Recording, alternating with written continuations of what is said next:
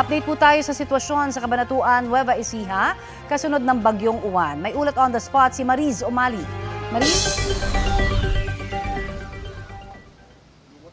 Yes, Connie, nandito tayo ngayon sa Old Provincial Capital ng Nueva Ecija dito nga sa Cabanatuan kung saan katatapos-tapos lamang na ikarga ng mga tauhan ng PDRRMC itong mga food packs dito sa truck. Dalawang truck ito na dadalhin sa Caranglan. Yung Caranglan po ay nasa northern part ng Nueva Ecija na isa sa pinakamatinding hinagupit ng Bagyong Uwan sa kasagsagan ng pananalasa nito kagabi.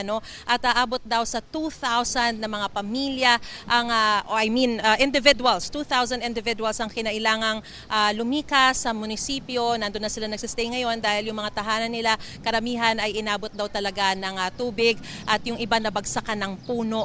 Kaya kailangan nilang umalis at kailangan na rin ng tulong ng provincial government para mabigyan sila ng mga supplies. Itong mga food packs na ito ay may laman ng mga noodles, mga arroz caldo, kape at kung ano-ano pa na pwede raw mag-last for 3 days. Doon din sa Caranglan, Connie, naiulat yung na may nasira raw na tulay, yung Baluarte Bridge dahil sa tindi ng pagragasa ng tubig, kinain o nilamon nito yung lupa na nagsisilbing foundation ng tulay. Kaya ngayon ay hindi na passable itong Baluarte Bridge dun sa may Caranglan. Kaya magiging pahirapan yung pagbibigay nito mga supplies na ito. Nonetheless, ay dadalhin ito ngayon para mabigyan ng tulong yung mga residenteng nangangailangan doon. Samantala, Connie, ay brown out pa rin sa malaking bahagi ng Nueva Ecija.